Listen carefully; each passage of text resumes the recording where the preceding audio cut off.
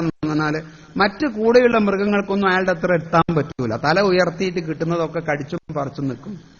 വളരെ ഉയരത്തിൽ നിൽക്കുന്ന ഒരു നേതാവ്, അയാളുടെ കാലൊരിക്കലും നിലത്ത് തട്ടൂല എന്ന് പറഞ്ഞാൽ ജനങ്ങളുമായിട്ടുള്ള ഇടപെടൽ വളരെ കുറവായിരിക്കും. പത്രപ്രസ്താവന, പിന്നെ അത്യാവശ്യം ചില പൊതുയോഗങ്ങളിലൊക്കെ മാത്രം കാണുന്ന ആള്, ജിറാഫ് ടൈപ്പ്, എപ്പോഴും ആകാശം നോക്കി നടക്കുന്ന ആളുകൾ.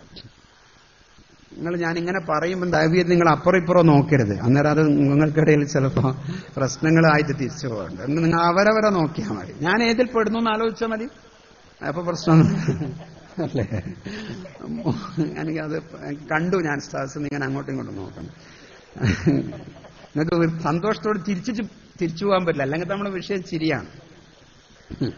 മൂന്നാമത്തത് പറയുന്നത് എന്ന് പറഞ്ഞാൽ ബുൾഡോഗ് ടൈപ്പാണ്. ഒരു വേട്ടപ്പട്ടിയുടെ ഓർ മീറ്റിംഗിൽ വന്നിട്ടില്ലെങ്കിൽ നമ്മൾ അൽഹംദുലില്ലാ എന്ന് പറയും. കാരണം യോഗം വേഗം തീരുമല്ലോ. തുടങ്ങിയ അപ്പൊ തന്നെ അങ്ങോട്ട് വർത്താനം ഇങ്ങോട്ട് വർത്താനം, കടി പിടി, എന്തെല്ലോ ന്യായങ്ങൾ അന്യായങ്ങൾ. അപ്പൊ നിങ്ങളത് നിങ്ങൾ തൽക്കാലം അതിനെ ആസ്വദിക്കാൻ പഠിക്കണം എന്നാണ്. മാനേജ് ചെയ്യാൻ പഠിക്കുന്നതിനേക്കാൾ എത്രയോ നല്ലതാണ് ആസ്വദിക്കാൻ. നമ്മൾ മാനേജ് ചെയ്യാൻ വേണ്ടി പഠിക്കുമ്പോൾ നമ്മൾ ടെൻഷൻ കൂടി വരും. അന്നേരം ഉള്ളിൽ പ്രതിരോധം കൂടും. കാറ്റടിച്ചിട്ട് പ്ലാവ് മറിഞ്ഞു വീണു എന്ന് വാർത്ത വരത്തില്ലേ, പ്ലാവ് വാഴയൊക്കെ. നമ്മുടെ നാട്ടിലെ പുല്ല് കാറ്റടിച്ചിട്ട് മറിഞ്ഞു വീണു നമ്മൾ പത്രത്തിൽ എവിടെയെങ്കിലും വായിച്ചിട്ടുണ്ടോ? എന്താ കാരണം? കാറ്റടിക്കുമ്പോൾ പുല്ല് അതിനനുസരിച്ചിട്ട് ഒന്ന് ചാഞ്ഞു നിൽക്കും, പുല്ല് കാറ്റ് പോയാൽ നേരെ നിൽക്കും. അതുകൊണ്ട് അങ്ങനെയൊക്കെ നിൽക്കുന്ന ഒരാളെ കാണുമ്പോൾ നമ്മളൊന്ന് ജസ്റ്റ് ഒന്ന് ഇങ്ങനെ ഒന്ന് മാറി നിന്നാൽ അത് പോയി കഴിഞ്ഞാൽ നമുക്ക് സമാധാനത്തോടുകൂടി ചിരിക്കാം. അല്ലെങ്കിൽ നമ്മൾ പിടിച്ചു നിൽക്കുമ്പോൾ അങ്ങോട്ടും ഇങ്ങോട്ടും കുഴപ്പങ്ങളുണ്ടാവും, തർക്കങ്ങളുണ്ടാവും. അപ്പൊ ബുൾഡോഗ് എന്ന് പറയുന്നത് കഴിഞ്ഞാൽ തൊട്ടടുത്ത് വരുന്നത് മങ്കി ടൈപ്പാണ്. മങ്കി എന്ന് പറയുന്നത് കുരങ്ങനാണ്. കുരങ്ങന്റെ പ്രത്യേകത എന്ന് പറഞ്ഞാൽ ഒരു കൊമ്പിന്റെ മേലെ ചാടി ഇങ്ങനെ പോകും. ഒരു പിടുത്തം കൊടുക്കൂല. ഇവര് പോക്ക് കണ്ട നമുക്കൊരു ഒന്നും മനസ്സിലാവില്ല. കൂടെയുള്ളവർ ആകെ കൺഫ്യൂഷനിലായിരിക്കും. എന്താ പറയുന്നത് പറയാങ്കില്ല, നാളെ അത് മാറ്റി പറയും. എന്താ ചെയ്യുന്നെന്ന് പറയുന്നില്ല, നാളെ അത് മാറ്റി പറയും. ഞാൻ വിചാരിക്കും അങ്ങനത്തെ ടൈപ്പിന്റെ ഒക്കെ കൂടെ എങ്ങനെയാ കുറെ ആൾക്കാർ നിൽക്കുന്നത് എന്നുള്ളതാണ്. കുറെ ആൾക്കാർ എന്നുള്ള ഇൻവെർട്ടഡ് കോമയിലാണ്.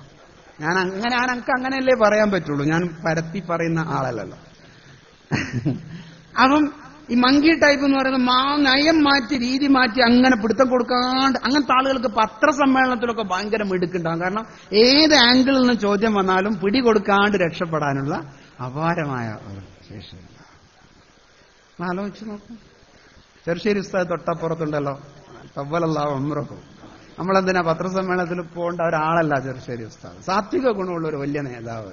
കാരണം അങ്ങനത്തെ ടൈപ്പിലൊന്നും പെടുന്ന ആളുകളെയാണ് നമ്മൾ സ്ഥിരമായി അങ്ങോട്ടും ഇങ്ങോട്ടും കാണുന്നത്. നാലാമത്തത് എന്ന് പറയുന്നത്, അഞ്ചാമത്തത് എന്ന് പറയുന്നത് റാബിറ്റ് ടൈപ്പാണ്. റാബിറ്റ് ടൈപ്പ് എന്ന് പറയുന്നത് മുയലിന്റെ സ്വഭാവം. നല്ല സുഖം മൂപ്പരുടെ കൂടെ വർക്ക് ചെയ്യാൻ. ഒരു കുഴപ്പവും ഇല്ല, ഒരു അഭിപ്രായവും പറയില്ല. യോഗത്തിൽ ഒരു വന്നതും അറിയില്ല, പോയതും അറിയില്ല. നല്ല സാധു ടൈപ്പ്. നമ്മളെപ്പോ അങ്ങനത്തെ രണ്ടാളെ കമ്മിറ്റിയിലെടുക്കും. കാരണം നമുക്ക് പ്രവർത്തിക്കാൻ കുറച്ച് സുഖം. വല്ലപ്പോഴും വോട്ടെല്ലാം ചെയ്യണമെങ്കിൽ അവരെ കൊണ്ട് നമുക്ക് വോട്ടും ചെയ്യിപ്പിക്കാം, വലിയ കുഴപ്പമൊന്നും കാണിക്കാം. അത് ഗുണവുമില്ല ദോഷവുമില്ല, വളരെ സുഖമായിട്ട് അങ്ങനെ പോകുന്നു, ചിരിച്ചൊന്നങ്ങ് നടക്കുന്ന ആളുകൾ. പക്ഷെ അവരെ കൊണ്ട് കാര്യമില്ല കേട്ടോ, അവർ വലുതായിട്ടൊന്നും ചെയ്യൂല, അവർ ശല്യം ചെയ്യൂല എന്ന് മാത്രമേ ഉള്ളൂ. കുറെ ശല്യം ചെയ്യാത്ത ആൾക്കാർ കൂടിയിട്ടൊരു സംഘം ഉണ്ടാക്കിയിട്ട് കാര്യമൊന്നുമില്ല. കുറെ ചെയ്യുന്നതും ചെയ്യാത്തതെല്ലാം കൂടി ചേരുമ്പോഴേ നമുക്ക് രസതന്ത്രം ഉണ്ടാവുള്ളൂ, എന്നാലേ റിസൾട്ട് ഉണ്ടാവുള്ളൂ. നെഗറ്റീവും പോസിറ്റീവും ഇല്ലാണ്ട് എങ്ങനെ ന്യൂക്ലിയസ് ഉണ്ടാവുന്നു? ആറാമത്തത് പറയുന്നത് ആൻഡ് ടൈപ്പാണ്. ഉറുമ്പിന്റെ രീതിയിലുള്ള ഒരു സംഘ രീതി. ഉറുമ്പിന്റെ രീതിയുടെ പ്രത്യേകത എന്നാ, മരിച്ചാലും വിടൂല എന്ന് പറയുന്ന മനോഭാവത്തിൽ ആള് നിൽക്കുക, എടുക്കും, കൊണ്ടുപോകും, അത് കൃത്യമായി ടാസ്ക് പൂർത്തിയാക്കും. നിങ്ങൾ ഈ കൂട്ടത്തിലിരിക്കുന്ന നേതാക്കളോടൊക്കെ ഞാൻ നിങ്ങളോട് വെറുതെ ആത്മവിചാരം നടത്താൻ പറയാം. നിങ്ങളെ ഏൽപ്പിച്ച ഉത്തരവാദിത്തം കൃത്യമായി സമയത്തിന് ചെയ്തു തരുന്ന എത്ര സംഘടനാ പ്രവർത്തകരുണ്ട് നിങ്ങളെ കൂട്ടത്തില്? ഇനി ഞാൻ ഇത്രത്തോളം പറയട്ടെ, ഞാനിത് പറഞ്ഞത് ശരിയോ എന്നുള്ള നിങ്ങൾ പോയിട്ടാവുമ്പോൾ നോക്കിക്കോളൂ. നിങ്ങൾ താമസിക്കുന്ന റൂമിന്റെ കട്ടിലിന്റെ ഉള്ളിൽ ഈ പരിപാടിന്റെ എത്ര പോസ്റ്റർ കിടക്കുന്നുണ്ടാവും ഒട്ടിക്കാണ്ട്? ഉണ്ടാവും. നിങ്ങൾ പോയി നോക്കിക്കോ, 1 or 2 ബാക്കി കിടക്കുന്നുണ്ടാവും. ഇവർ ഈ നേതാക്കൾ ഭയങ്കര താല്പര്യപൂർവ്വം അയച്ചെന്നതാ. ആ കൃത്യമായി ചെയ്യാനുള്ള ഒരു പണിയെടുക്കുന്നിടത്ത് നമ്മൾ ശീലിക്കേണ്ട ഒരു പൊതുവായ മുദ്രാവാക്യമുണ്ട്. നമ്മൾ പലപ്പോഴും നിഅമത്താനി മഖ്ബൂനു ഫീഹിമ കസീറുൻ മിനന്നാസ് അസ്സിഹ്ഹത്തു വൽ ഫറാഹ് എന്ന് പറയുന്നത് അർത്ഥം വെച്ച് ജുമാക്ക് പ്രസംഗിക്കും, കുട്ടിയേക്കും പറഞ്ഞു കൊടുക്കും. അതിന് അർത്ഥമൊന്നും ഞാനോട് പറയേണ്ട കാര്യമില്ല. പക്ഷെ വിഷയം ഈ ടൈമിന്റെയും ടാസ്കിന്റെയും മാനേജ്മെന്റിന്റെ ഇടയ്ക്ക് സംഘാടകന് പിഴക്കുന്നു. അതുകൊണ്ട് തന്നെ നമ്മൾ വിചാരിക്കുന്ന റിസൾട്ട് പലപ്പോഴും ഇല്ലാതെ പോകുന്നു. ഞാനൊരു സാമ്പിൾ പറയാറുള്ളത് സാധാരണ TTR എന്ന് പറയുന്ന പദം നിങ്ങൾ എപ്പോഴും ഓർമ്മിക്കണം. ഞാനിപ്പോ ട്രെയിനിലാണ് വരുന്നത്. അപ്പൊ ഞാൻ TTRനെ കണ്ടു വർത്താനൊക്കെ പറഞ്ഞു. ഞാൻ ഐഡന്റിറ്റി കാർഡ് എടുക്കാൻ മറന്നു. ഞാൻ എന്റെ ഐഡന്റിറ്റി കാർഡിന് പകരം ഞാൻ എന്റെ സെൽഫ് ബിസിനസ് കാർഡ് പോലത്തെ കാർഡ് ഉണ്ടല്ലോ അത് കാണിച്ചിട്ടാണ് ഞാൻ സംസാരിച്ചത്. TTR എന്ന് പറയുന്നത് സത്യത്തിൽ നമുക്ക് കേൾക്കാൻ ഇഷ്ടമുള്ള ഒരു വാക്കൊന്നുമല്ല. ആദ്യത്തെ ടിയും രണ്ടാമത്തെ ടിയും മൂന്നാമത്തെ ആറും തമ്മിലുള്ള ബന്ധം വളരെ കൃത്യമായി ഊട്ടി ഉറപ്പിച്ച് നടക്കുന്ന ഒരു സംഘാടകന്റെ മുഖത്ത് നോക്കിയാൽ അറിയാം അയാൾക്ക് മാനേജ്മെന്റ് ഉണ്ട്, അയാൾക്ക് സ്വയം നിയന്ത്രിക്കാനുള്ള കഴിവുണ്ട്. ടി എന്ന് പറയുന്നത് ആദ്യത്തെ ടി എന്ന് പറയുന്നത് ടൈമാണ്, രണ്ടാമത്തെ ടി എന്ന് പറയുന്നത് ടാസ്ക് ആണ്. അപ്പൊ TT ആയി, നിങ്ങൾക്ക് ഇഷ്ടമുള്ള ബസ്സായി, ടൗൺ ടു ടൗൺ. ടൈമും ടാസ്കും തമ്മിൽ ബന്ധിപ്പിക്കാതെ ഒരു സംഘാടകൻ ഒന്നും ചെയ്യരുത് എന്ന്. നമ്മൾ വിവാഹ നിശ്ചയം നടക്കുന്ന സമയത്ത് വീട്ടുകാരാലോചിക്കുന്ന സാമൂഹ്യ മര്യാദ പോലും നമ്മളുടെ ചിലപ്പോൾ സംഘടനയിൽ ഉണ്ടാവില്ല. എന്താ വീട്ടുകാരാലോചിക്കുക? കല്യാണ നിശ്ചയം എത്ര മണിക്ക് എന്ന്, എപ്പോഴും ഒരു മാസമെങ്കിലും വേണം നമുക്ക് ഒരുങ്ങാൻ, കാരണം ഇന്നതൊക്കെ പൂർത്തിയായിട്ടില്ല. അവരെന്താ ചെയ്യുന്നത്? ടൈമിനെയും ടാസ്കിനെയും ബന്ധിപ്പിക്കുക. നമുക്കൊരു മഹാസമ്മേളനം വരാൻ പോകുന്നുണ്ട്, അപ്പൊ നമുക്കതിന് 2 മാസം സമയമുണ്ട്. അങ്ങനെയാണെങ്കിൽ 2 മാസം എന്ന് പറയുന്ന ഒരു സമയത്തിന്റെ ഉള്ളിൽ നമ്മൾ ചെയ്യുന്ന ഉത്തരവാദിത്തങ്ങൾ എന്തൊക്കെ പറ്റും എന്നുള്ളതിനെ കുറിച്ച് ആലോചിക്കാം. അതാണ് ഞാൻ പറഞ്ഞ ടൈമിനെയും ടാസ്കിനെയും നമ്മൾ ആകെ നമുക്ക് ചെയ്യാനുള്ളത് ഈ പരിപാടിയിൽ നിന്ന് വിതരണം ചെയ്യുന്ന ഒരു പോസ്റ്റർ ഒട്ടിക്കാനാ. അതിന് നമ്മൾ കണ്ട സമയം 1 മാസം. അങ്ങനെയാണെങ്കിൽ നമ്മൾ എന്താ ചെയ്യുക?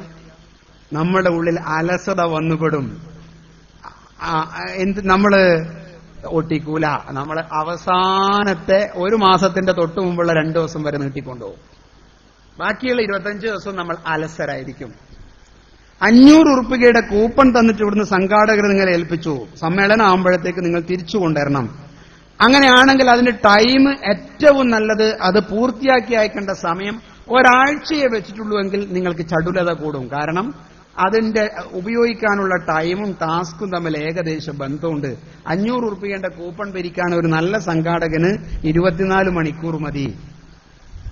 അപ്പൊ നമുക്ക് ഊർജ്ജസ്വലരായിരിക്കാൻ നമ്മൾ എടുക്കുന്ന ഉത്തരവാദിത്തം അല്ലെങ്കിൽ ടാസ്ക്, നമ്മൾക്ക് അതിനുള്ള സമയവും തമ്മിൽ ഒരു പൊരുത്തം ഉണ്ടാകണം.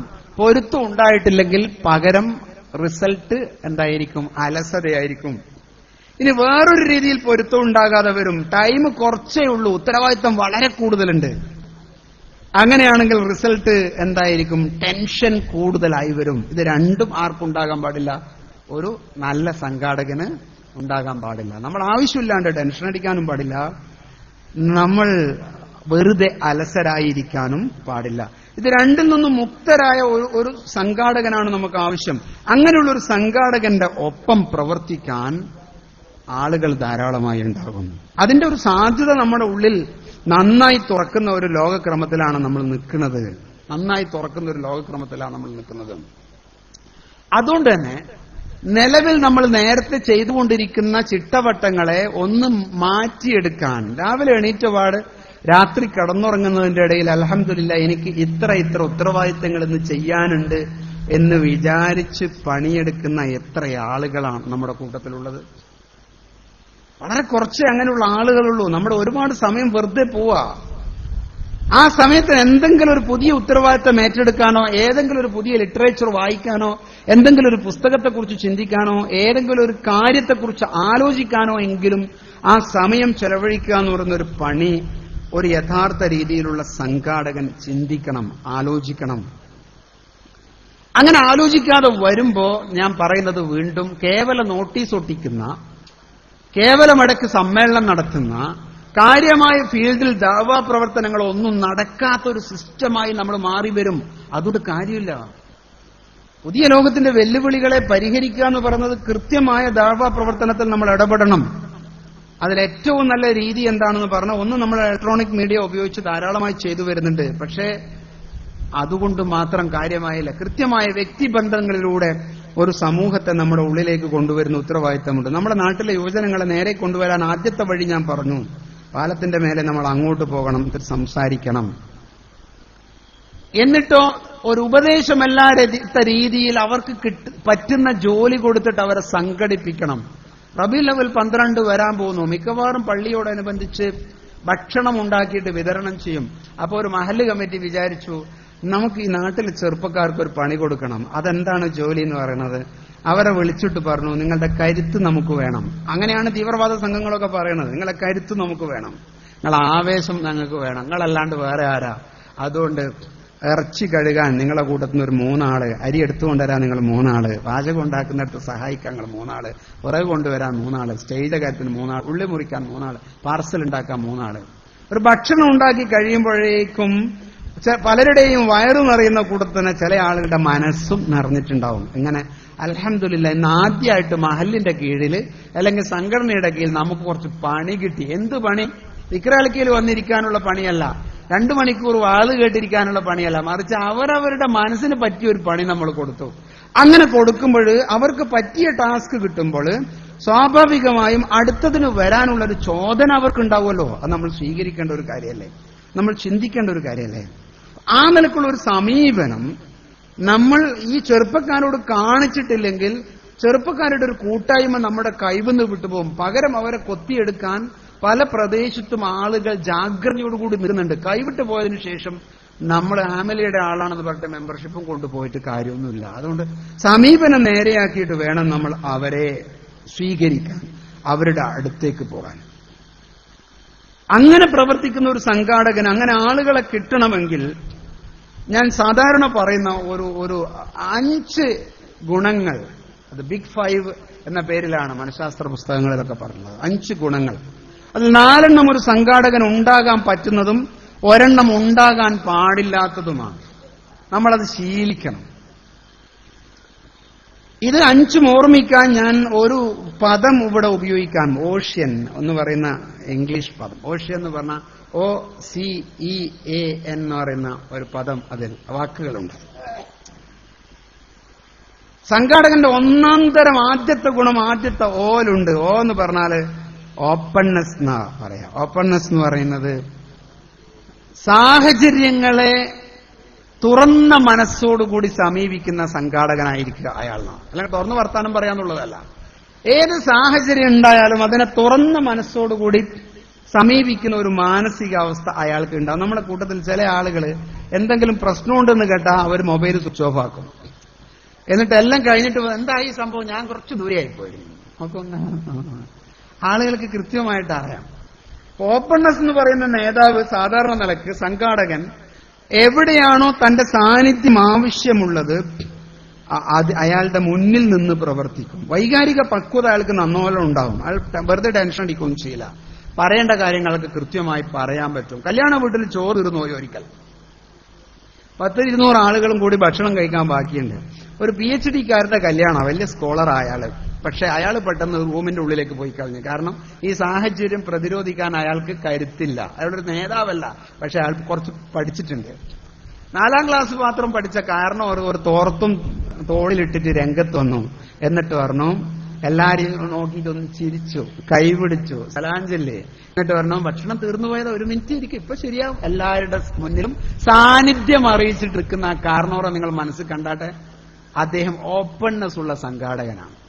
അതുകൊണ്ട് തന്നെ നമ്മുടെ നാട്ടിലെ ഏത് രംഗത്തും ഒരു SYS കാരന്റെ തല അവിടെ അങ്ങനെ അങ്ങ് കാണണം. ആ രംഗത്ത് ആവശ്യമുള്ള, മരിച്ച രംഗത്ത്, ആക്സിഡന്റിന്റെ രംഗത്ത്, കല്യാണ വീട്ടിലെ രംഗത്തൊക്കെ ഒരു ഓപ്പൺനെസ് കാണിക്കുന്ന ഒരു സംഘാടകനെ നമ്മൾ കാണുന്നത് ആളുകൾക്ക് നല്ലതാണ്. ഞാനിവിടെ ഉണ്ടേന്ന് പറയുന്ന ഒരു മനോഭാവമാണ്, അത് നല്ലതാണ്. അത് നമ്മളുടെ ഉള്ളിൽ അങ്ങനെ ഒരു രീതി വന്നു കഴിഞ്ഞാൽ അൽഹംദുലില്ലാഹ് ആളുകൾ ദൂരെ നിന്ന് നമ്മളെ നോക്കും, കൊള്ളാം, അയാൾ രംഗത്തുണ്ട്, അയാളുടെ കൂടെ നിന്നാൽ ഒരിക്കലും ചതിക്കപ്പെടൂല. 2ാമത്തേത് എന്നാ ഞാൻ പറഞ്ഞത്. ഇനി ഓഷ്യൻ എന്ന് പറയുന്ന വാക്കിൽ സി ബാക്കിയുണ്ട്. സി എന്ന് പറയുന്നത് കോൺഷ്യസ്നെസ് എന്ന് പറയുന്നൊരു വാക്കാണ്, വലിയ വാക്കാണ്. കോൺഷ്യസ്നെസ് എന്ന് പറഞ്ഞാൽ എന്താണെന്ന് പറയാം, മരിച്ചാലും വിടൂല എന്ന് പറയുന്ന ഒരു ചിന്താഗതിയാണ്. ഒരു കാര്യം തീരുമാനിച്ചാൽ അത് ചെയ്തേ പറ്റുള്ളൂ, പിന്നെ സംശയം ഉണ്ടാക്കൂല. വൈദാസം തഫത്തവക്കൽ അലല്ലാഹ്. തീരുമാനിച്ചാൽ അത് നടത്തിയേ അടങ്ങൂ എന്ന് പറയുന്ന കൃത്യമായ വാശിയോടുകൂടി നടക്കുന്ന ഒരുപാട്, ഒരർത്ഥത്തിൽ ഒരു ഉള്ളിൽ ഒരല്പം വാശി നമ്മുടെ ഉള്ളിൽ ഉണ്ടാകണം. എന്തിന്? ഏറ്റെടുത്ത കാര്യങ്ങൾ നടത്തുന്നതിന്, സമയബന്ധിതമായി നടത്തുന്നതിന്, നാളേക്ക് വെക്കാതിരിക്കാൻ വേണ്ടിയിട്ട് ചെയ്യുന്നത് പൂർണ്ണമായ അച്ചടക്കത്തോടുകൂടി ചെയ്യാൻ വേണ്ടി. ആ സി ഇല്ലാത്ത ആളുകളുടെ കൂടെ മറ്റുള്ളവർക്ക് നിൽക്കാൻ പറ്റില്ല. കാരണം അദ്ദേഹം മേസ്ത്രിപ്പണി മാത്രം എടുക്കും, മറ്റുള്ളവർക്ക് പണി കൊടുത്തിട്ട് ദൂരം മാറി നിന്ന് കളയും.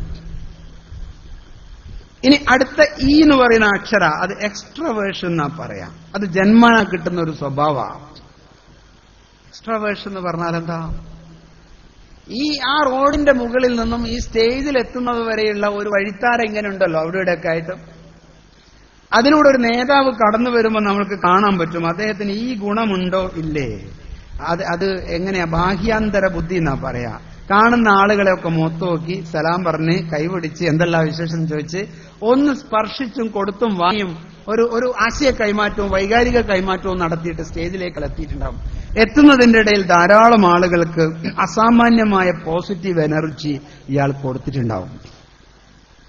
ചില ആളുകളുടെ കൂടെ നിന്ന് പ്രവർത്തിക്കാൻ നല്ല രസമാണ്. എന്താ കാരണം? അദ്ദേഹം ഇത് ഇങ്ങനെ ആളുകൾക്ക് കൊടുത്തുകൊണ്ടേയിരിക്കും. അയാൾക്ക് പൈസയൊന്നും കൊടുക്കാനില്ല, അല്ലെങ്കിൽ നമ്മളുടെ ഇടയിൽ അങ്ങനെ പൈസ കൊടുക്കാൻ, മറിച്ച് നമുക്ക് കൊടുക്കാനുള്ള ഇതാണ്, ഈ ഊർജം കൊടുത്തുകൊണ്ടേയിരിക്കും. കനാലിന്റെ മുകളിലൂടെ നടന്നു പോകുന്ന ഒരു ചെറുപ്പക്കാരൻ, എന്റെ വീട്ടിന്റെ തൊട്ടുപുറകിൽ ഒരു കനാലുണ്ട്. അവരുമായിട്ട് എനിക്ക് രണ്ട് രീതിയിൽ സംഭാഷണം നടത്താം. ഒന്ന് എന്ന് പറഞ്ഞിട്ട് സംഭാഷണം നടത്തും. ചിലപ്പോ എന്താ അതിന്റെ അർത്ഥം? നിന്നെ ഞാൻ കണ്ടിനെ, അധികം വർത്താനം പറയാൻ നേരമില്ല, നീ പോയിക്കോ, ഞാനും എന്റെ വഴിക്ക് പോവാ. എന്ന് പറയുന്ന ലെവലിൽ മാത്രം നിൽക്കുന്ന ആശയവിനിമയം. എന്നാൽ തൊട്ടടുത്ത് നിൽക്കുന്നത് രണ്ടാമത്തെ ഒരു ലെവൽ, അസ്സലാമു അലൈക്കും വലൈക്കും സലാം, എന്തെല്ലാം വിശേഷങ്ങൾ? സുഖം തന്നെ, കുഴപ്പമൊന്നുമില്ല, എന്നാ പിന്നെ ഞാൻ പോന്നേ, നീയും പോന്നേ, നോക്കൊന്നുമില്ല. അതിന്റെ അപ്പുറം നിന്റെ അസുഖമൊക്കെ ഒന്ന് എന്നോട് പറ, ഞാൻ അതിനെക്കുറിച്ചൊന്നും ചിന്തിക്കട്ടെ എന്ന് പറയുന്ന ആഗ്രഹം ചോദിക്കുന്ന ആൾക്കും ഇല്ല. ഇതൊട്ട് പറഞ്ഞാൽ പരിഹരിക്കപ്പെടുന്നുള്ള ചിന്ത പറയുന്നയാൾക്കും ഇല്ല. അതുകൊണ്ട് അതിന്റെ അപ്പുറത്തേക്ക് ആശയവിനിമയം നീങ്ങാതിരിക്കുക. എന്നാൽ എക്സ്ട്രോവേർഷൻ എന്ന് പറയുന്ന ഗുണമുള്ള ഒരു സംഘാടകന്റെ പ്രത്യേകത എന്താന്ന് പറഞ്ഞാൽ, ഒരു മിനിറ്റെങ്കിലും ഫോണിൽ ലോകത്തെക്കുറിച്ച് പറയുന്നതിന് മുമ്പ്, തീരുമാനത്തെക്കുറിച്ച് പറയുന്നതിന് മുമ്പ്, സംവിധാനത്തെക്കുറിച്ച് പറയുന്നതിന് മുമ്പ്, ചെയ്യേണ്ട ടാസ്കിനെ കുറിച്ച് പറയുന്നതിന് മുമ്പ് ഒരു മിനിറ്റെങ്കിലും എന്താ വീട്ടിലെ കാര്യം, ഉമ്മാന്റെ അസുഖമൊക്കെ എന്തായി, ഞാൻ പിന്നെ വിളിക്കാൻ വിട്ടുപോയി കേട്ടോ, കണ്ടോ, ഒരു വർത്താനം, അതൊന്ന് ഫോണിലായാലും നേരിട്ടായാലും കൊടുക്കുന്ന ഒരു സംഘാടകൻ ഒരു നല്ല ഫീലിംഗ് അങ്ങോട്ട് കൊടുക്കുന്നതാണ്. അയാളുടെ കൂടെ എപ്പോഴും പ്രവർത്തിക്കാൻ ആളുകളെ കിട്ടും. അതാണ് എക്സ്ട്രാവേഷൻ എന്ന് പറയുന്നത്. നമ്മൾ ആളുകളോട് വർത്താനം പറയുകയും നമ്മളുടെ കൂടെയുള്ള പ്രവർത്തകരെ ഒരുമിച്ച് നിർത്താൻ നമ്മൾ ശ്രദ്ധിക്കേണ്ട പ്രധാനപ്പെട്ട കാര്യങ്ങളിൽ ഒന്ന് അയാളുടെ പേര് വിളിച്ചുകൊണ്ട് വർത്താനം പറയാന്നുള്ളതാണ്. രണ്ടാവശ്യമെങ്കിലും സംഭാഷണം, 2-3 പ്രാവശ്യമെങ്കിലും ഒരു 2 മിനിറ്റിന്റെ സംഭാഷണത്തിന്റെ ഇടയിൽ അദ്ദേഹത്തിന്റെ പേര് നമ്മളിങ്ങനെ പറയുന്നുണ്ടാവും. റഷീദിന് സത്യത്തിൽ ഇപ്പൊ തിരക്കുണ്ടാവും, എന്നാലും നാളെ റഷീദ് ചെയ്താൽ മതി, നീ അത് നാളെ ചെയ്താൽ മതി എന്നേ പറയേണ്ടുള്ളൂ. പക്ഷെ നമ്മൾ 2 പ്രാവശ്യം റഷീദ് എന്റെ ഇടയ്ക്ക് വിളിച്ചെന്തിനാ? റഷീദിന്റെ ഹൃദയത്തിലേക്ക് ഞാൻ എന്നെ അങ്ങ് കടത്തിവിടുക. റഷീദിന് ഒരിക്കലും ചെയ്യാതിരിക്കാൻ പറ്റില്ല. അത് 10 വയസ്സിന് താഴെയുള്ള കുഞ്ഞുങ്ങളാണെങ്കിൽ നമ്മൾ മോനെ എന്നാ വിളിക്കുക. അപ്പൊ ഈ പേര് ചൊല്ലി വിളിക്കുമ്പം മനസ്സിന്റെ ഉള്ളിലേക്ക് നമുക്കൊരു അടുപ്പം ഉണ്ടാകുന്നു. അപ്പൊ നമ്മുടെ കൂടെ നിൽക്കുന്ന പ്രവർത്തകന്റെ പേര് അറിഞ്ഞിരിക്കുകയും അയാളുടെ പേര് നമ്മൾ എടുത്തു പറയുകയും ചെയ്യാന്ന് പറഞ്ഞ ഒരു ഗുണം പ്രധാനപ്പെട്ടതാണ്. രണ്ടാമത്തത്, അയാൾക്ക് എന്തെങ്കിലും ജോലി കൊടുക്കുക എന്നുള്ളത് പ്രധാനപ്പെട്ടതാണ്. നമ്മളെ കൂടെ 25 ആളുണ്ട്, പക്ഷെ ആളുകൾ പണിയെടുക്കുന്നില്ല. മര്യാദക്ക് അവർക്ക് പറ്റുന്ന എന്തെങ്കിലും ഒരു ഉത്തരവാദിത്തം കൊടുക്കുക. പോസ്റ്റിന്റെ മേലെ കയറിയിട്ട് പോസ്റ്റർ ഒട്ടിക്കാൻ പറ്റുന്ന ആളാ കൂട്ടത്തിലുണ്ടാവും. ഏതെങ്കിലും കെട്ടിയ പോസ്റ്റർ അയക്കാൻ പറ്റുന്ന ആൾക്കാരും ആ കൂട്ടത്തിലുണ്ടാവും. ഏതെങ്കിലും ബാനർ കെട്ടാൻ പറ്റുന്ന ആളുണ്ടാവും. ഇത് മാത്രമൊന്നുമല്ലല്ലോ പണി. നമുക്ക് ചില ക്യാപ്ഷൻ ഉണ്ടാക്കണ്ടേ, ചില പേരുണ്ടാക്കണ്ടേ, ചില മുദ്രാവാക്യം ഉണ്ടാക്കണ്ടേ, പത്രാഫീസുമായി ബന്ധം വേണ്ടേ, നമുക്ക് എല്ലാറ്റിനും ഓടി നടക്കാൻ പറ്റുന്ന കുറച്ച് സന്നദ്ധരായ ആളുകൾ വേണ്ടേ. ഇതിനൊക്കെ പറ്റുന്ന എല്ലാ തരം ആളുകളെയും കണ്ടെത്തുകയും അവർക്കൊക്കെ എന്തെങ്കിലും ജോലി കൊടുക്കുകയും ശാഖ ഓഫീസിന്റെ മുകളിൽ കയറുന്നിടത്ത് ഒരു ചാർട്ടിൽ അവരുടെയൊക്കെ പേരും ഉത്തരവാദിത്വവും വെറുതെ എഴുതി വെക്കുകയും ചെയ്യുന്നത് വളരെയധികം ഗുണം ചെയ്യും. എന്തിനാ അങ്ങനെ പേരെഴുതി വെക്കുന്ന? അവർ പണിയെടുത്തിട്ടില്ലെങ്കിലും സാരമില്ല, എന്റെ പേരെവിടെയെങ്കിലും എഴുതിയിട്ട് ഞാൻ കാണുക എന്ന് പറയുന്നതിന്റെ അപ്പുറത്തെ സുഖം വേറെന്തെങ്കിലും ഉണ്ടോ? എല്ലാ മനുഷ്യനും അതിന് സന്തോഷമുണ്ടാവും, മരിച്ചാലൊഴികെ. മരിച്ചാൽ പിന്നെ അതൊന്നും കാണാനും കഴിയില്ലല്ലോ. എല്ലാ മനുഷ്യനും ഇഷ്ടമാണ് എന്റെ പേര് അവിടെ എവിടെയെങ്കിലും എഴുതി വെക്കുക എന്ന് പറഞ്ഞൊരു സംഗതി. അയാളുടെ മനസ്സിനൊരു വല്ലാത്ത കൂടാണ്. അതുകൊണ്ട് ഓഫീസിന്റെ മുന്നിൽ വലിയ ചാർട്ടില് മായാത്തൊരു സ്കെച്ച് പെൻ ഉപയോഗിച്ചിട്ട് അതങ്ങനെ എഴുതി വെച്ചിട്ട് ഈ കുട്ടികൾക്ക് ഒരു അംഗീകാരം കൊടുക്കുക എന്നുള്ളൊരു പണിയും നമ്മൾ ചെയ്യണം. മൂന്നാമത്തത് ചെയ്യേണ്ടത് എന്തെങ്കിലും ഒരു പ്രശംസ ഒരു മീറ്റിംഗിൽ ഓരോരുത്തർക്കും കൊടുക്കാൻ പറ്റണം. ആദ്യത്തെ 10 മിനിറ്റ് സാധാരണ അജണ്ടയിലേക്ക് കടക്കുന്നതിന് മുമ്പ് ഒരു 10 മിനിറ്റിന്റെ സമയം നമ്മൾ കഴിഞ്ഞ പ്രവർത്തനങ്ങളിലെ നന്മകൾ എടുത്തു പറയാൻ വേണ്ടി ഉപയോഗിച്ചു നോക്കിയാട്ടെ. എന്തൊരു സന്തോഷം ഉണ്ടാവും. നമ്മളെ കൂടെ എത്ര ആൾക്കാർ നിൽക്കും. നമ്മൾ ആരും ചെയ്യൂല, നമ്മൾ ഉപയോഗിക്കും. വിടൂല ഞാൻ എന്ന് പറഞ്ഞിട്ട് ചെയ്യാത്ത കാര്യങ്ങളുടെ കുറ്റങ്ങൾ ഏറ്റുകൊടുക്കാൻ തുടക്കത്തിൽ തന്നെ തുടങ്ങിയിട്ടുണ്ടാവും. അത് നമ്മളുടെയൊക്കെ മാനസികാവസ്ഥ പോലെ ഇരിക്കും. അപ്പൊ ഈ 10 മിനിറ്റ് നന്മ എടുത്തു പറയാൻ വേണ്ടി ഉപയോഗിക്കുന്ന ഒരവസ്ഥ നമുക്ക്, ഇതെല്ലാം ഞാൻ എന്ന് പറയുന്ന എക്സ്ട്രാവേർഷൻ എന്ന് പറയുന്ന ഗുണമുള്ള ഒരു സംഘാടകന്റെ. ഇനി എന്ന് പറയുന്ന അടുത്തൊരു ഗുണം നോക്കൂ നിങ്ങൾ. എന്ന് പറയുന്നത് എഗ്രിയബിൾനെസ്, സമ്മതിച്ചു കൊടുക്കുക എന്ന് പറയുന്ന ഒരു കാര്യമാണ്. നമുക്ക് വലിയ പ്രയാസമുള്ളൊരു സംഗതിയാണത്. സമ്മതിച്ചു കൊടുക്കാമെന്ന് ഒരു യോഗത്തിൽ ഒരാൾ അഭിപ്രായം പറയുമ്പോൾ മിനിമം നമ്മൾ ആ അഭിപ്രായത്തെ കേൾക്കുക എന്നുള്ളൊരു പണി അധ്യക്ഷനും കൂടെ നിൽക്കുന്ന ആളുകൾക്കും ഉണ്ടല്ലോ. ആരെങ്കിലും ഒരു ആശയം മുന്നോട്ട് വെക്കുമ്പം അതിനൊരു ചെവി കൊടുക്കുക എന്ന് പറയുന്ന ഒരു ഉത്തരവാദിത്വം കൂടെ നിൽക്കുന്ന ആളുകൾക്കുണ്ടല്ലോ. ഞാൻ പറഞ്ഞത് ശരിയാവുള്ളൂ എന്ന് ചിന്തിച്ചു കഴിഞ്ഞാൽ സ്വാഭാവികമായും നല്ല ഒരു ആമലയായിട്ട് നമുക്ക് മാറാൻ പറ്റില്ല. കാരണം ഓരടുത്ത് പോയിട്ട് എന്താ കാര്യം, ഓറ് പറയുന്നതേ ഓരെടുക്കുള്ളൂ. വെറുതെ സമയം കൂട്ടാനത്തിനാ നിൽക്കുന്നത്. നമ്മളെ മനസ്സുകൊണ്ട് നമ്മൾ അല്പം ഫ്ലെക്സിബിൾ ആയിരിക്കും. 2 ഗുണവും മനുഷ്യന്റെ ഉള്ളിലുണ്ട്. കടുപ്പവും കാണിക്കണം ചില സമയത്ത് നമ്മൾ മനസ്സിൽ വജ്രത്തിലും കഠിനമായി പൂവിലും മൃദുവായിടും മഹാന്മാരുടെ ചിത്തത്തെ അറിഞ്ഞിടുവതാരഹമെന്ന്. ചില സമയത്ത് വജ്രത്തിനെ പോലെ കഠിനമായിരിക്കും. നമുക്ക് സുബഹി ജമാഅത്ത് കിട്ടണമെങ്കിൽ, തഹജ്ജുദ് നിസ്കരിക്കാൻ പറ്റണമെങ്കിലൊക്കെ മനസ്സ് വജ്രത്തിനെ പോലെ കഠിനമാവണം. ചില സമയത്ത് പൂവിലും മൃദുവായിടും. തൊട്ടടുത്ത് തന്നെ നമുക്ക് കരഞ്ഞു ദ്വാരക്കണമെങ്കിൽ മനസ്സ് പൂവ് പോലെ മൃദുവായുകയും ചെയ്യണം. ചില നല്ല ആളുകളുടെ ചിത്തം അങ്ങനെയാണ്. അപ്പൊ ഞാൻ വിട്ടുകൊടുക്കൂല എന്ന് പറയുന്ന മനോഭാവം ചില സമയത്തുണ്ടാകും. എന്നാൽ വിട്ടുകൊടുക്കുക എന്ന് പറയുന്ന മനോഭാവത്തിലേക്ക് നമുക്ക് ഇറങ്ങി വരാൻ പഠിപ്പം. രണ്ടിന്റെയും ഇടയിൽ നമുക്ക് ആവശ്യത്തിന് സഞ്ചരിക്കാനുള്ള ഒരു സ്പേസ് ഇല്ലെങ്കിൽ നമ്മളൊരു കടുപ്പക്കാരനായ സംഘാടകനായി പോകും. അത് നമ്മുടെ കുടുംബത്തിനെ പോലും ബാധിക്കും. ഇതിനല്ലേ സംഘടനന്റെ കാര്യത്തെക്കുറിച്ച് പറയുന്നത്. ഈ 4 ഗുണങ്ങളും ഒരു നല്ല നേതാവിന് ഉണ്ടാകേണ്ട ഗുണങ്ങളാണ്. എന്നാൽ 5ാമത്തെ ഒരു ഗുണം നമുക്ക് ഉണ്ടാകാൻ പാടില്ലാത്തതാണ്. 5ാമത്തെ ഒരു ഗുണം എന്ന് പറയുന്നത് കൊണ്ട് അവസാനിക്കുന്ന ന്യൂറോട്ടിസിസം എന്ന് പറയുന്ന ഒരു പ്രശ്നമാണത്. അത് ഈ ഇരിക്കുന്ന ആളുകളിലേക്കൊക്കെ അധികം ഉണ്ടാകാറുണ്ട് എന്നാണ് എനിക്ക് തോന്നുന്നത്. നിങ്ങളെ മുഖം നോക്കിയിട്ട് ഞാൻ മനസ്സിലാക്കിയൊന്നുമില്ല. പൊതുവെ നമ്മളെ ഫീൽഡിൽ നടക്കുന്ന ഒരു കാര്യമാണ് ന്യൂറോട്ടിസിസം എന്ന് പറഞ്ഞാൽ. എന്താന്ന് പറഞ്ഞാൽ ഞാൻ എന്താ ചെയ്യുന്നതെന്ന് തന്നെ എനിക്ക് മനസ്സിലാകാത്ത ഒരവസ്ഥയാണ്. അതിന് കാരണം എന്താ, ഞാൻ ചെയ്താൽ മാത്രമേ ശരിയാവുള്ളൂ എന്ന് പറയുന്ന ഒരു ഡയലോഗ് നമ്മളുടെ എല്ലാവരുടെ ഉള്ളിലും പണ്ടേ ചെറുപ്പത്തിലേ വന്നുപോയിട്ടുണ്ട്. അതുകൊണ്ട് നമ്മൾ എന്ത് ചെയ്യില്ല, കൈമൊന്ന് വിട്ടുകൊടുക്കൂല. ഒരു പരിപാടി ആസൂത്രണം ചെയ്യുന്നു, നമ്മളെ കൂടെ 20 അംഗങ്ങളുണ്ട്. അങ്ങനെയാണെങ്കിൽ ഏറ്റവും മികച്ച സംഘാടകൻ എന്താ ചെയ്യുക, അയാൾ എല്ലാ ഉത്തരവാദിത്തങ്ങളും മറ്റുള്ളവർക്ക് വീതിച്ചു കൊടുക്കുകയും പൊതുവായ ഒരു മേൽനോട്ടം ഏറ്റെടുക്കുകയും എന്നിട്ട് അദ്ദേഹം ദൂരെ മാറി നിന്ന് ഇവരുടെ പ്രവർത്തനം കണ്ട് ഉള്ളിൽ ചിരിക്കുകയും ആ ചിരി പുറത്തേക്ക് കൊണ്ടുവരികയും ചെയ്യാൻ നമുക്ക് പറ്റും. പക്ഷെ ചില ആളുകൾ എന്ത് ചെയ്യുമെന്നറിയോ, മീറ്റിംഗ് തുടങ്ങി പരിപാടി തീരുമാനിക്കുമ്പോൾ തന്നെ പറയും നേതാക്കളെ ക്ഷണിക്കൽ ഞാൻ തന്നെ ക്ഷണിച്ചോളാം, ഞാൻ തന്നെ അതിന്റെ ആള്. അത് ഏറ്റെടുത്തു. അതിന് എത്ര പൈസ വേണ്ടി വരാം, ഞാൻ മുന്നിട്ടിറങ്ങാം, കുഴപ്പമില്ല. നോട്ടീസോ അത് ഞാൻ അടിക്കാൻ കൊടുക്കാം, പോസ്റ്റർ അത് ഞാൻ ചെയ്യാൻ നോക്കിക്കോളാം. പിന്നെന്താ വേണ്ടത്, പിന്നെ സ്റ്റേജ്, ലൈറ്റ് ആൻഡ് സൗണ്ട്, ഈ പറഞ്ഞ പരിപാടികളൊക്കെ അത് ഞാൻ പോകുമ്പോൾ ഞാൻ ബുക്ക് ചെയ്തോളും, പ്രശ്നമില്ല. നേതാക്കളെ സ്റ്റേജ് ഈ റെയിൽവേ സ്റ്റേഷനിൽ അല്ലെങ്കിൽ അവരുടെ സ്ഥലത്തുനിന്ന് ഇവിടത്തേക്ക് എത്തിക്കുന്ന പണിയോ അത് എന്റെ അടുത്ത് വണ്ടി ഉണ്ടല്ലോ, ഞാനേറ്റല്ലോ. നിങ്ങൾ ആലോചിച്ച് നോക്കിയാട്ടെ, ഈ മനുഷ്യൻ എന്ത് കാണിക്കുന്നറിയോ, ആ ആളുകളോട് ഭ്രാന്ത് പിടിച്ചിട്ട് പെരുമാറും. ഒരൊറ്റ ഒരുത്തനും നോക്കാനില്ല, ഞാൻ മാത്രമേ ഉള്ളൂ ചെയ്യാൻ. അവസാനം അയാൾ ഇങ്ങനെ പറഞ്ഞ് ഭ്രാന്ത് പിടിച്ച പോലെ നടക്കുന്ന, മുഖത്ത് ഒരു സന്തോഷമില്ലാത്ത, ആർക്കും അങ്ങോട്ട് അടുക്കാൻ പറ്റാത്ത ഒരു അടിപർവ്വതം പോലെ പൊട്ടാൻ നിൽക്കുന്ന ആളെ നിങ്ങൾക്ക് പല സ്ഥലത്തും കാണാം. ന്യൂറോട്ടിസിസ് എന്ന് അതിന് പറയാം. അയാൾ എന്താ ചെയ്യുന്ന അയാൾക്ക് അറിയില്ല, അയാൾക്ക് ചെയ്യാനുള്ള ഉത്തരവാദിത്വത്തിന്റെ വില എന്താണെന്ന് അറിയില്ല, അത് എത്ര ഗൗരവത്തിൽ എടുക്കണം എന്നുള്ളതിനെ കുറിച്ച് അറിയില്ല, കൂടെയുള്ള ആരും ആൾക്കൊട്ട് വിശ്വാസമില്ല. എന്തൊക്കെ രീതിയിലാ ഇത് മുന്നോട്ട് പോകുന്നത് നോക്കിയാട്ടെ നിങ്ങള്. അപ്പം അയാൾക്ക് എന്ത് ചെയ്യാൻ പറ്റും, അദ്ദേഹം റെയിൽവേ സ്റ്റേഷനിൽ ഓടി വരിക ഈ നേതാവിനെയും കൂട്ടിയിട്ട്. നോക്കുമ്പോൾ ഇവിടെ സ്വാഗതം പറയേണ്ട സമയമായിട്ടുണ്ട്. കയറി വന്ന ഉടനെ തന്നെ മുമ്പ് സ്വാഗതം പറയാനും തുടങ്ങി. അന്നേരം മനസ്സിലായത് തൊട്ടപ്പുറത്തെ നേതാവിനെ കൂട്ടുന്ന ടൈമായിട്ടുണ്ട്, എന്റെ ചാവി എന്റെ കീശയിലാണ് ഉള്ളത്, വേറെ കൊടുത്തിട്ടില്ല. എന്തിനാ നമ്മളിങ്ങനെ ആവശ്യമില്ലാത്ത നിലക്ക്? സംഘടനാ പ്രവർത്തനം എന്ന് പറയുന്നത് ഈമാനോടുകൂടി മരിക്കാനുള്ളതാ, അതിനുള്ളതാ. മറിച്ച് ജീവിതം മുഴുവനും ഹോമിക്കപ്പെട്ട് മനസ്സിന് സന്തോഷമില്ലാതായി, മനസ്സിന് സന്തോഷമില്ലാതെയാകുമ്പോൾ ശരീരത്തിന്റെ അകത്ത് ആവശ്യമില്ലാത്ത എൻസൈമുകൾ ഉൽപ്പാദിപ്പിക്കപ്പെടും. അപ്പൊ തലവേദന വരും, അസുഖങ്ങൾ വരും. ആ അസുഖങ്ങളും കൊണ്ട് കുറെ കാലം നമ്മൾ കൊണ്ടു നടക്കും. എന്നിട്ട് ഇതിനെല്ലാം സംഘടനയുടെ പേര് പറയുകയും ചെയ്യും. സംഘടനയ്ക്ക് വേണ്ടിയിട്ട് ഞാൻ ഇങ്ങനെ ജീവാർപ്പണം നടത്തിയോണ്ട് എനിക്ക് അവസാനം മര്യാദക്ക് സംഘടനാ പ്രവർത്തനം വേണ്ട രീതിയിൽ നടത്തിയാൽ നല്ല ആയുസ്സും ആരോഗ്യത്തോടുകൂടി പൂർണ്ണ മനസമാധാനത്തോടുകൂടി എല്ലാം ആസ്വദിച്ചും മറ്റുള്ളവരെ ആസ്വദിപ്പിച്ചും കിടന്നുറങ്ങാനും കിടന്നു മരിക്കാനും ഒക്കെ നമുക്ക് പറ്റും. അള്ളാഹു അനുഗ്രഹിക്കുമാറാകട്ടെ. ഇപ്പൊ ന്യൂറോട്ടിസിസ് എന്ന് പറയുന്ന ഒരു അസുഖമാണ്, അതൊരു രോഗമാണ്. ആ രോഗം ബാധിക്കാതെ ആവശ്യമില്ലാത്ത ഒന്നും നമ്മൾ ഏറ്റെടുക്കാൻ പാടില്ല. അതും ഏറ്റെടുത്തു, ഇത് ഏറ്റെടുത്തു, ഇപ്പുറം ഏറ്റെടുത്തു, പിന്നെ അവസാനം ഒന്നും ചെയ്യാതെ ആയി. അതിനേക്കാളും നല്ലത് വൃത്തിയായി നമ്മൾ ആവശ്യമുള്ളത് മാത്രം ഏറ്റെടുക്കുക എന്നുള്ളതാണ്.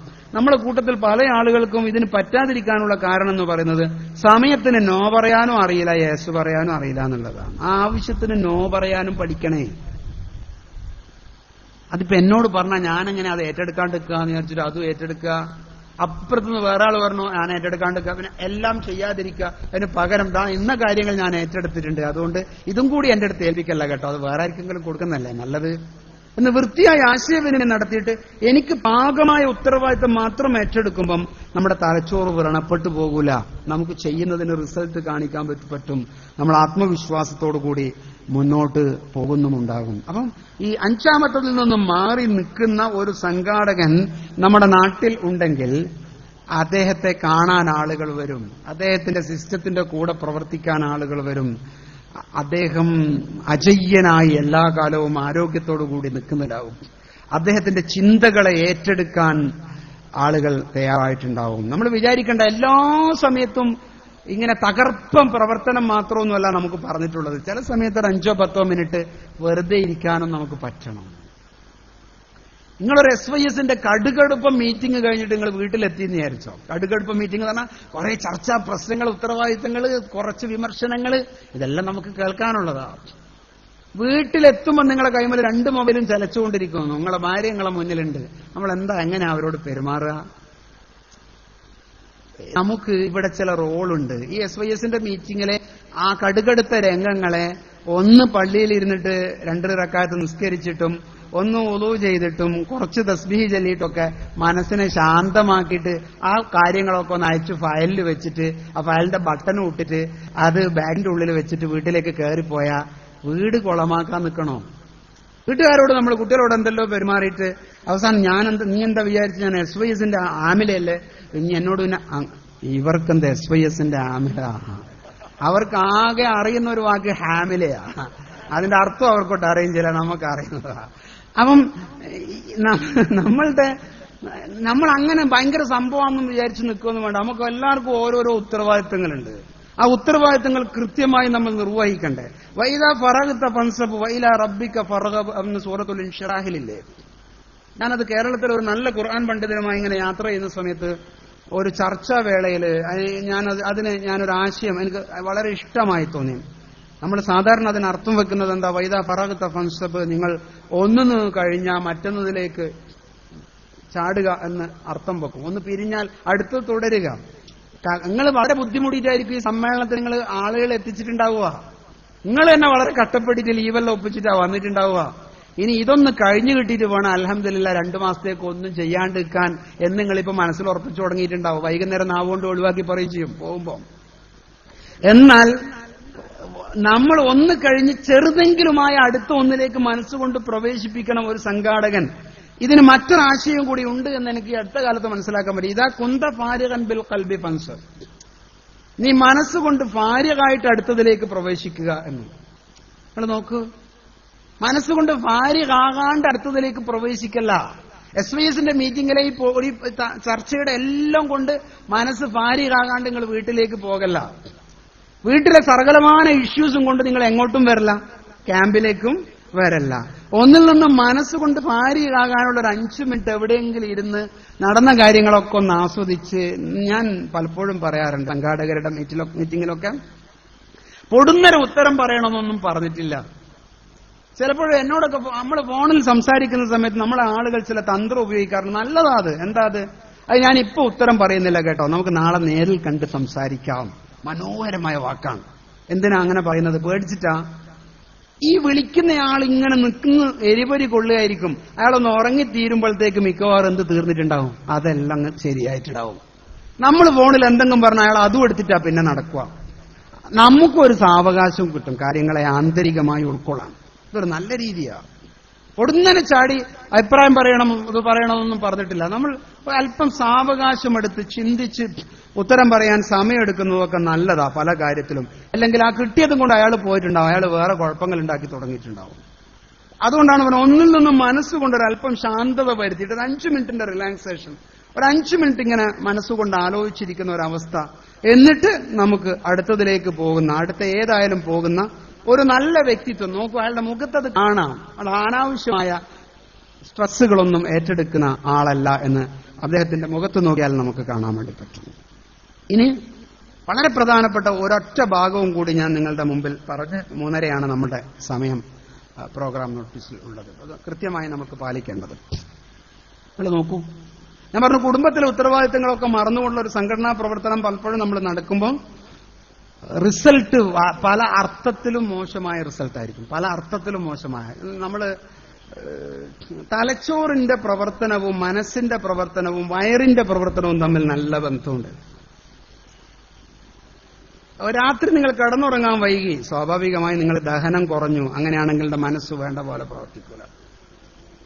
ശരീരത്തിന് കൊടുക്കേണ്ടതൊക്കെ കൊടുക്കണം, മനസ്സിന് കൊടുക്കേണ്ടതൊക്കെ കൊടുക്കണം. തലച്ചോറിന് കിട്ടേണ്ട വളരെ പ്രധാനപ്പെട്ട ഒരു സംഗതിയാണ് ഓക്സിജൻ. അത് കിട്ടാതെ പോകരുത്. റെസ്റ്റ്, അത് കിട്ടാതെ പോകരുത്. റെസ്റ്റും ഓക്സിജനും കിട്ടാതിരുന്നാൽ നമ്മുടെ തലച്ചോറ് ആവശ്യം ഉള്ള രീതിയിൽ പ്രതികരിക്കാതെയാകും. അങ്ങനെ വരുമ്പോൾ മനസ്സിന് സന്തോഷം കുറയും. മനസ്സിന് സന്തോഷം കുറയുമ്പോൾ വയറിൽ ദഹനക്കേടുണ്ടാകും. അനാവശ്യമായ അസുഖങ്ങൾ നമ്മൾ കൊണ്ടു നടക്കും. ഒരു സംഘടനാ പ്രവർത്തകൻ അങ്ങനെ ആയി മരിക്കാൻ വിധിക്കപ്പെട്ട ആളൊന്നുമല്ല. തമാശ പറയില്ലേ നമ്മൾ. PSC കിട്ടിയില്ല നാട്ടിൽ. PSC എന്ന് പറയുന്നത് പബ്ലിക് സർവീസ് കമ്മീഷന്റെ പരീക്ഷ. പാലക്കാട് ജില്ലയിലെ LDC കഴിഞ്ഞോ? PSC ആർക്കെങ്കിലും പറയാൻ കഴിഞ്ഞിട്ടില്ല, നടക്കാൻ പോകണം. PSC എന്ന് പറയുന്നത് നേരത്തെ ആരുടെ നസീർ സാറിന്റെ ക്ലാസ്സൊക്കെ നിങ്ങൾക്ക് കിട്ടിയിട്ടുണ്ടാവും. പബ്ലിക് സർവീസ് കമ്മീഷന്റെ പരീക്ഷ. അതിൽ സർക്കാരിൽ ജോലി കിട്ടും പരീക്ഷ എഴുതിയാൽ, അത്രയേ ഉള്ളൂ.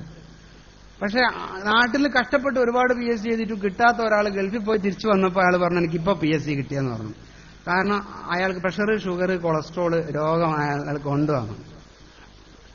P pressure, S sugar, C cholesterol. നിങ്ങൾക്ക് അറിയുന്ന ഒരു കാര്യം ഞാനത് ഓർമ്മിപ്പിച്ചെന്താ പറഞ്ഞാല്, ശരീരത്തിന് കൊടുക്കേണ്ടത് കൊടുക്കാതെ, മനസ്സിന് കൊടുക്കേണ്ടത് കൊടുക്കാതെ, വയറിന്റെ കാര്യം നമ്മൾ കൂടുതൽ ശ്രദ്ധിക്കുന്നുണ്ട്. കൊടുക്കേണ്ടത് കൊടുക്കാതെ നടത്തുന്ന ഒരു സംഘടനാ പ്രവർത്തനം കൊണ്ട് നമുക്ക് ആളുകളെ അടുത്തേക്ക് എത്താൻ കഴിയില്ല. നമ്മളങ്ങനെ മരിച്ചു തീരുന്നുണ്ടാവും. പക്ഷെ വലിയ റിസൾട്ടൊന്നും നമ്മൾ ലോകത്ത് ഉണ്ടാക്കിയെടുക്കാൻ കഴിയില്ല. അതുകൊണ്ട് സാധ്യതയുണ്ടെങ്കിൽ അതിനൊക്കെ പറ്റുന്നതിന്റെ സാവകാശവും സമയവും കൊടുത്തുകൊണ്ട് നമ്മുടെ ഉത്തരവാദിത്തങ്ങൾ ഏറ്റെടുത്ത് നോക്കൂ. നമുക്ക് ഫീൽഡിൽ കുറച്ചുകൂടി കർമ്മചൈതന്യത്തോടുകൂടി മുന്നോട്ട് പോകാൻ വേണ്ടി പറ്റും. നെഗറ്റീവ് ഫിൽട്ടറിംഗ് എന്ന് പറയുന്ന ഒരു കാര്യം സംഘാടകന്റെ ഭാഗത്തുനിന്ന് ഉണ്ടാകാറുണ്ട്. പലപ്പോഴും നമ്മുടെ ചെറിയ ഗ്രൂപ്പിൽ, ഫീൽഡിൽ, മഹലിലൊക്കെയുള്ള സംഘടനാ പ്രവർത്തനത്തിന്റെ ഇടയിൽ റിസൾട്ട് കുറയാൻ കാരണമായി തീരുന്ന ഏറ്റവും പ്രധാനപ്പെട്ട ഒരു പ്രശ്നമാണ് നെഗറ്റീവ് ഫിൽട്ടറിംഗ്. ഞാൻ എന്റെ സംഘാടകന്റെ ശരി എന്ന് പറയുന്ന പുസ്തകത്തിൽ കേട്ട പാതി കേൾക്കാതെ പാതി എന്ന് പറയുന്ന ഒരു അധ്യായം ഇതുമായി ബന്ധപ്പെട്ട് ഞാൻ കൊടുത്തിട്ടുണ്ട്. ലോകത്ത് ഒരുപാട് പ്രശ്നങ്ങൾ ഇതുകൊണ്ട് സംഘാടകർക്കിടയിൽ ഉണ്ടായി വരുന്നുണ്ട്. ഒരു മീറ്റിംഗിൽ നിങ്ങൾ കണ്ടെന്നാന്ന് പറഞ്ഞാല്, ഞാനെന്തോ വർത്താനം പറയുമ്പം കാണാം അപ്പുറത്തുനിന്ന് 2 ആളുകൾ അങ്ങോട്ടും ഇങ്ങോട്ടും കുശുകുശുക്കുന്നു.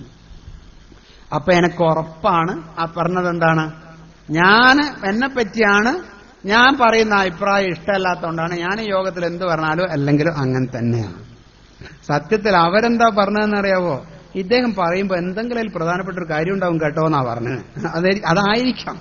പക്ഷെ അങ്ങനെ ചിന്തിക്കാൻ പലപ്പോഴും നമ്മുടെ മനസ്സ് സമ്മതിക്കൂല.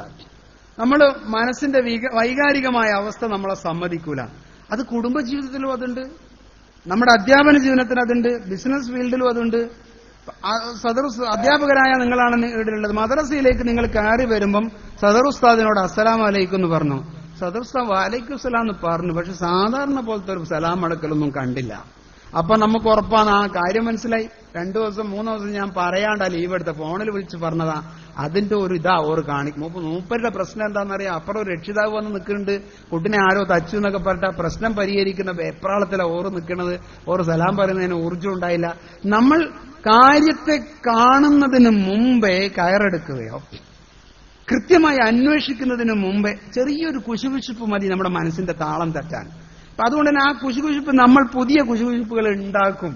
അത് അനാവശ്യമായ ആന്തരിക സംഘർഷത്തിലേക്ക് നമ്മുടെ സംഘടനയെ കൊണ്ട് നയിക്കുകയും ചെയ്യും. നമ്മൾ വളരെ ഗൗരവത്തിലെടുക്കേണ്ട ഒരു കാര്യമാണ്.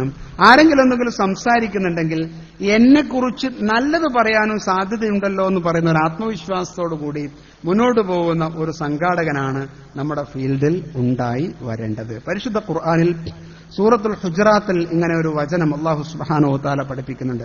യാ അയ്യുഹല്ലദീന ആമനു ഇൻ ജാഅക്കും ഫാസിഖും ബിനബഇൻ ഫതബയ്യനു അൻ തുസീബു ഖൗമൻ ബിജഹാല ഫതുസ്ബിഹു അലാ മാ ഫഅൽതും നാദിമീൻ. എത്ര മനോഹരമായ വചനമാണ്.